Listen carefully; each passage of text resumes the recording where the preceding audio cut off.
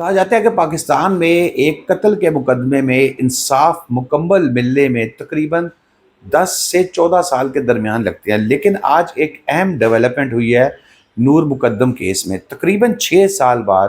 آج supreme court میں ایک اہم اور بڑا فیصلہ سامنے آیا ہے، جس میں قاتل نور مقدم کے قاتل ظاہر جعفر کی سزا کے خلاف جو اپیل تھی اس کو خارج کر دیا گیا ہے۔ مرکزی ملزم ظاہر جعفر کی سزائے موت جو ہے اس کو برقرار رکھا گیا ہے۔ یہ اہم ڈیولپمنٹ ہے۔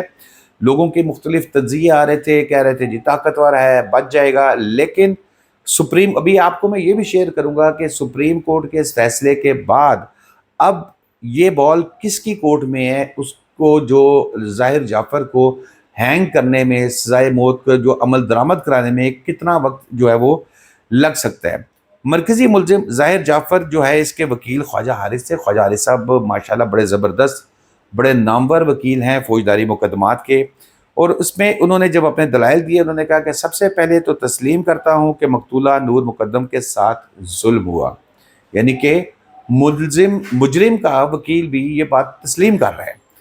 انہوں نے کہا کہ میں مقتولہ کے خاندان کے سامنے معذرت خواہ ہوں۔ اچھا، قتل کا مقدمہ، قتل چلے گی، اور جس بے دردی سے اس خاتون کو قتل کیا گیا وہ ایک زیادہ دردناک معاملہ ہے۔ انہوں نے کہا کہ میرے دلائل کا مرکزی وقوع کا وقت مجرم کی دماغی حالت ہے، کیونکہ اس میں جو پلی لی گئی تھی وہ یہ کہا گیا تھا کہ دماغی حالت اس کی ٹھیک نہیں تھی، اس کی ظاہر جعفر کی مینٹلی فٹ نہیں تھا، اس لیے اس نے قتل کیا۔ تو پھر جو شخص انسانوں کے اندر رہنے کے قابل ہی نہیں ہے، جو اس قابل نہیں ہے کہ وہ عام لوگوں میں رہے، آج کل کو اس کو چھوڑیں گے، وہ کسی اور کو قتل کر دے گا، اور وہ یہ کہے گا کہ جناب یہ تو میں ذہنی توازن ٹھیک نہیں ہے۔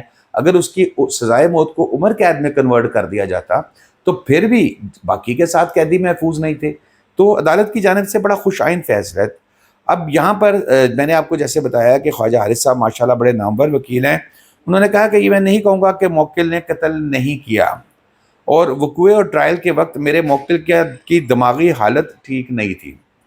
اکثر کیسز کے اندر جہاں پر وہ اوپن اینڈ شٹ کیس جس کو کہتے ہیں اس طرح کا ہو، تو وہاں پر اس طرح کے دلائل دیے جاتے ہیں۔ ٹرائل کے دوران جیل میں بھی مجرم کو ادویات دی جاتی رہی، خواجہ حارث یہ کہہ رہے ہیں۔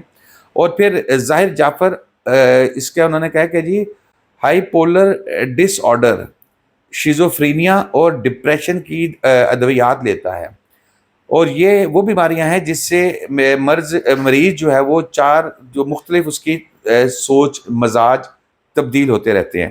ایسا ریکارڈ دکھائیں عدالت کی جانب سے جسٹس یہ اشتیاق ابراہیم صاحب جو ہے وہ تھے، اس میں بینچ کا حصہ تھے۔ انہوں نے کہا کہ مجرم کا علاج کب شروع ہوا اور پھر وقوع کے وقت علاج چل رہا تھا، یہ بھی فاضل جسٹس کی طرف سے پوچھا گیا۔ پھر جسٹس کی طرف سے یہ بھی پوچھا گیا کہ یہ بھی ثابت کریں کہ مجرم کب اس بیماری کا شکار ہوا، کس ڈاکٹر سے اس کا علاج کیا گیا۔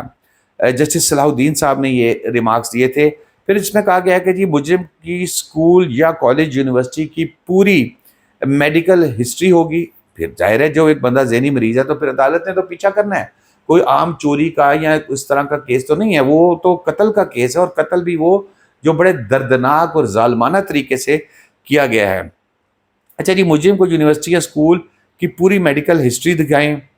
جسٹس صلاح الدین صاحب جو ہیں انہوں نے کہا خواجہ حارث صاحب نے لندن کے ہارلے اسٹیٹ کلینک کا خط عدالت میں پیش کیا، یہ اس کے دفاع میں پیش کیا گیا۔ اس خط میں تو سن 2022 کی تاریخ درج ہے۔ فاضل جسٹس نے یہ قرار دیا۔ پھر اس کے بعد کہا گیا کہ مجرم واقعے کے بعد خود خط لکھنے لندن گیا تھا کیا؟ ایک وقوع ہو گیا، اس کے بعد خط کہاں سے آ گیا؟ جسٹس صلاح الدین صاحب نے یہ بھی کہا کہ آپ کی دلیل ہے کہ مجرم کو مرضی کا وکیل نہیں ملا۔ پھر یہ بھی کہا گیا کہ حیرت کی بات ہے کہ مجرم کو مرضی کا وکیل نہیں ملا، لیکن لندن سے اس کے لیے خط آ گیا۔ حیران کون ہے کہ مقتولہ کا تو ٹیسٹ کرایا گیا، لیکن مجرم کا نشے کا جانچ کا ٹیسٹ نہیں ہوا۔ پھر خواجہ حارث صاحب کے یہ دلائل تھے کہ جب پروسیکیوشن جب اس میں ٹرائل ہو رہا تھا تو اس وقت اس کا ملزم کا ٹیسٹ نہیں کرایا گیا۔ اچھا جی، اب یہاں پر انہوں نے کہا میرا سوال ہے کہ استغاثہ نے مجرم کے نشے کا ٹیسٹ کیوں نہیں کرایا؟ خواجہ حارث صاحب نے کہا ٹرائل کے دوران جس طرح کی رپورٹنگ ہوئی، استغاثہ نے دواؤں میں آ کر میرے موکل کا ٹیسٹ نہیں کروایا۔ یہ بھی خواجہ حارث صاحب کہہ رہے ہیں۔